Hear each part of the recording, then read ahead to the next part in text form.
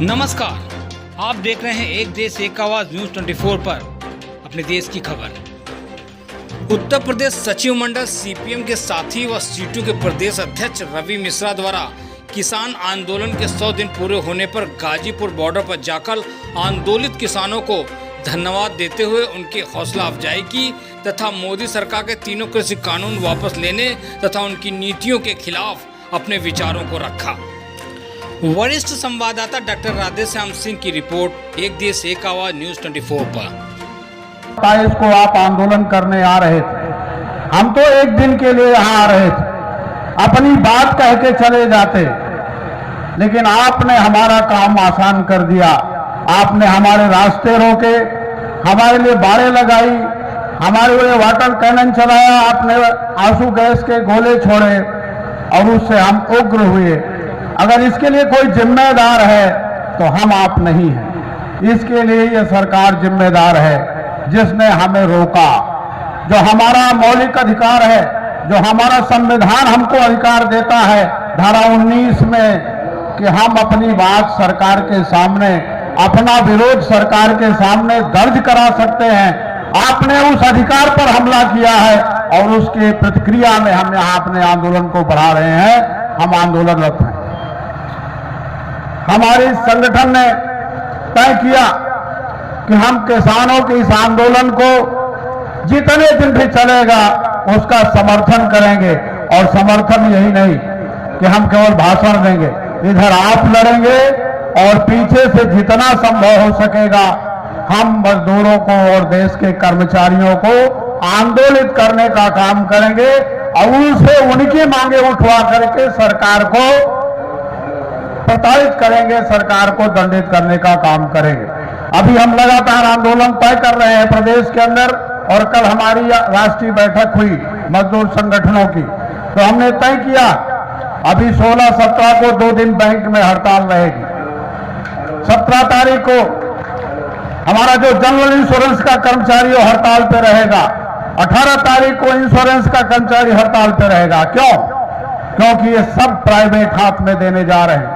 बैंकों को, अपने आकाओं को, अंबानी को, अडानी को या दूसरे आईसीआई बैंक को, इन सारे जो मालिकान हैं उनको शेयर दे करके बैंकों की स्थिति को बदल रहे हैं। और बैंकों में जिन लोगों का पैसा जमा है, अगर ये सरकार जैसा चाहती है ऐसा होता चला गया तो सरकार कहती है कि आपका पैसा कुछ भी जमा हो, केवल हम 5 लाख देंगे, बाकी नहीं देंगे। ये स्थिति है। इंश्योरेंस में इन्होंने 74% का हिस्सा प्राइवेट कर दिया है। और एक सहारा कंपनी बीमा के क्षेत्र में काम करती थी, बैंकिंग के क्षेत्र में काम करती थी, लोगों का पैसा लेके भाग गई। तब से लोग सावधान हो गए कि प्राइवेट बैंकों में और प्राइवेट बीमा कंपनियों में पैसा मत लगाओ। आज तो मोदी जी सारा बैंक प्राइवेट करने जा रहे हैं, सारी बीमा कंपनियों में शेयर दे करके सब प्राइवेट करने जा रहे हैं। इधर किसानों की जमीन छीन रहे हैं और उधर आपने जो बैंकों में मेहनत करके पैसा जमा किया है उन बैंकों को प्राइवेट हाथों में दे करके आपका पैसा भी छीनना चाहते हैं। ऐसी सरकार आ गई है। तो हम उधर भी तैयारी कर रहे हैं कि मजदूर कर्मचारी भी आंदोलन की तरफ बढ़े ताकि हमारा काम आसान हो। और हम लोग में मिलजुल करके लड़ाई तय किए थे 26-27 नवंबर के लिए, उसको हम भी आगे बढ़ा रहे हैं। हम भी कंधे से कंधा मिला करके बढ़ रहे हैं। आप कभी ये मत सोचिएगा कि इस देश का कर्मचारी ये कुछ नहीं जानता, प्रधानमंत्री सेखीखोर है, झूठ बोलते हैं कि हम सब जानते हैं। अरे इनको दूसरे दुनिया में लोग समझ गया, दुनिया के अंदर हमसे लोग नसीहत दे रहे हैं। कल से फ्रांस में किसान आंदोलन करने लगा। फ्रांस के अंदर अभी हमारे साथी जो पहले बोले हैं उन्होंने जिक्र किया था, फ्रांस के अंदर किसानों ने हड़ताल शुरू कर दिया है कि हमको अपनी फसल का वाजिब दाम चाहिए। दुनिया के अंदर लोग लड़ना शुरू कर दिए हैं, हमसे नसीहत लेकर के, हिंदुस्तान से नसीहत लेकर के दुनिया समझने लगी है। लेकिन हमारे देश का प्रधानमंत्री, वाह भाई, आपके समझ में ही नहीं आ रहा। आप पूछते इसमें काला क्या है, अरे इसमें सफेद क्या है। हम पूछना चाहते हैं कि इस काले कानून में, खेती के कानून में अच्छा क्या है किसानों के लिए। अब जब चीन से लड़ाई होती है तो कहते हो 62 का भारत नहीं है। अरे हम कहते हैं कि 47 का किसान भी नहीं है। 47 में आपने बेवकूफ बना दिया। भगत सिंह, चंद्रशेखर आजाद, खुदीराम बोस, अशफाक, राजगुरु, सुखदेव ये लड़ रहे थे कि राज सत्ता किसानों को मिलनी चाहिए। आपने नहीं दिया, होशियारी किया, राज सत्ता पूंजीपतियों के हाथ में दे दिया। तो हम 47 में बेवकूफ थे, आज हम बेवकूफ नहीं है। अब हम आज 2021 के किसान हैं, हम 1947 के किसान नहीं हैं। मोदी जी समझ लीजिएगा, ये लड़ाई लंबी चलेगी और आपको पीछे हटना पड़ेगा। अगर आप जिद पर आओगे और हमारे कानून नहीं रद्द करोगे तो ये किसान है हिंदुस्तान का, आपको रद्द कर देगा। होशियार रहिएगा। अगर आप हमारी जमीन खींचते हो, हमारी जमीन छीनना चाहते हो, खिसकाना चाहते हो, तो हमने जो तुम्हारी जमीन बनाई है वो जमीन हम भी खिसका देंगे। और अगली बार जो चुनाव होगा 24 में, तो आप जमीन पे नजर आओगे जो अभी कुर्सी पे बैठे हो।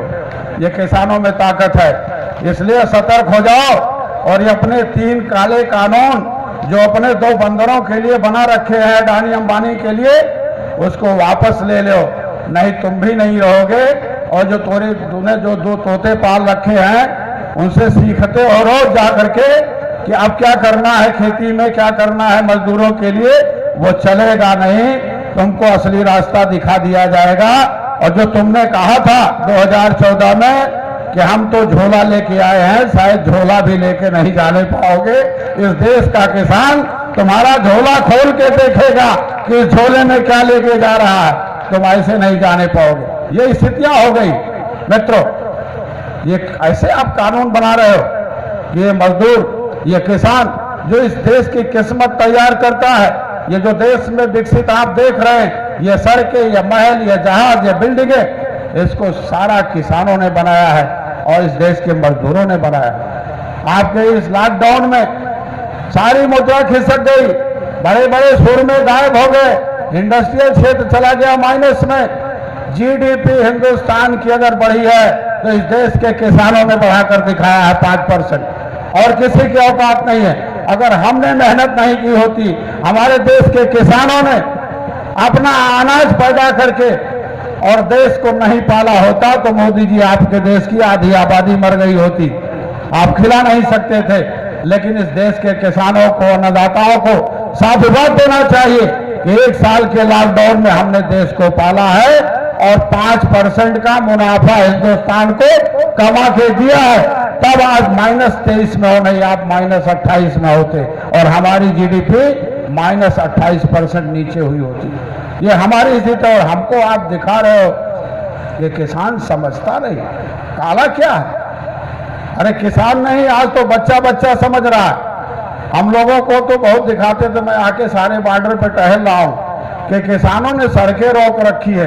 अरे जाओ ना, 2 लेन तो खाली है, सड़कें तुमने रोक रखी है, तुम्हारी पुलिस वालों ने रोक रखी है। हम तो 5वीं और 6ठी लाइन पर है, 4 लाइन तो आपकी खुली है, आते जाते क्यों नहीं? आपने रोक रखी है सड़कें और दिल्ली वाला आके देख रहा है कि सड़कें किसने रोक रखी है, कौन जास्ती कर रहा है। अरे ये चलेगा? आप देश के किसानों के नहीं हो, आप देश के मजदूरों के नहीं हो और इस देश की आम आवाम के भी आप नहीं हो।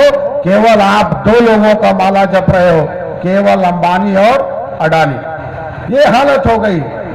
ये साथियों स्थिति ऐसी आ गई है। हमारे लिए भी प्रश्न है कि अगर हम इस आंदोलन को लूज कर जाते हैं तो हमसे हमारी जमीन चली जाएगी। हम जिस जमीन के मालिक है, जो अपने बाप दादाओं से हमको ये मिली है पुश्तैनी, वो हमसे छीन जाएगी। हम भी बैठ नहीं सकते। हमारे लिए भी कोई दूसरा रास्ता नहीं है कि हम आराम से बैठ जाएं, आगे देखा जाएगा। ये भरोसा हम नहीं कर सकते। हमको लड़ना पड़ेगा, हमको आंदोलन आगे बढ़ाना पड़ेगा जब तक ये 3 कानून वापस नहीं होते या ये सरकार नहीं चली जाती। हमारे पास 2 ही विकल्प है, या तो ये काले कानून वापस कर ले या अपने रास्ते चले जाएं। हम अपने रास्ते चले जाते, हम शांति के साथ आंदोलन चला रहे, हम शांति के साथ चले जाएंगे। लेकिन ये काले कानून वापस नहीं होते तो फिर हम इस सरकार को वापस किए बिना नहीं जाएंगे। इतना राजनीति हम भी जानते हैं, इतना इस देश का किसान मजदूर समझ गया है। और आप कहते हो बंगाल में चुनाव चल रहा है, वहां जाके कह रहे हो कि किसान राजनीति कर रहा है। अरे तुम किसान के साथ राजनीति करोगे और किसान तुम्हारे साथ राजनीति नहीं करेगा। राजनीति करोगे तो राजनीति का जवाब हम भी राजनीति से देना जानते हैं। मोदी जी इतना मजदूर और किसान इस देश का बुर्बक नहीं है, अज्ञानी नहीं है कि आपके राजनीति का जवाब नहीं दे पाएगा। आप फंसे हो। हम बंगाल भी जाएंगे, वहां भी किसानों से और मजदूरों से कहेंगे कि ऐसी सरकार जो किसानों और मजदूरों के हित पर हमले कर रही है उसको कदापि आप मत चुनिए, और अगर आप चुनेंगे तो आप जानेंगे। ये स्थितियां बदलनी पड़ेंगी, यही बात मैं कहने आया था। और आज आपने अपने आंदोलन का 100 दिन पूरा किया है, इसलिए भी हमारी राज्य कमेटी ने कहा, हमारे मंत्री जी ने कहा कि आप चले जाइए।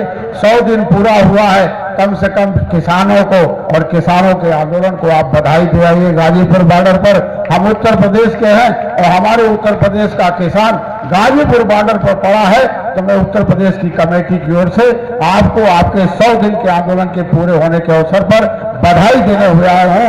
आपको सलाम करता हूं और उन तमाम किसानों को जो अलग अलग बॉर्डर से लगभग 250 किसान शहादत दिए हैं, अपने आत्मा का उत्सर्ग किए इस आंदोलन में, उनको सलाम करने आया हूं। सारे लोगों को सलाम करते हुए अपनी बात समाप्त करता हूं और आपको नमस्कार करता हूं। किसान एकता जिंदाबाद। देश और दुनिया से जुड़े रहने के लिए देखते रहिए एक देश एक आवाज न्यूज़ 24 पर।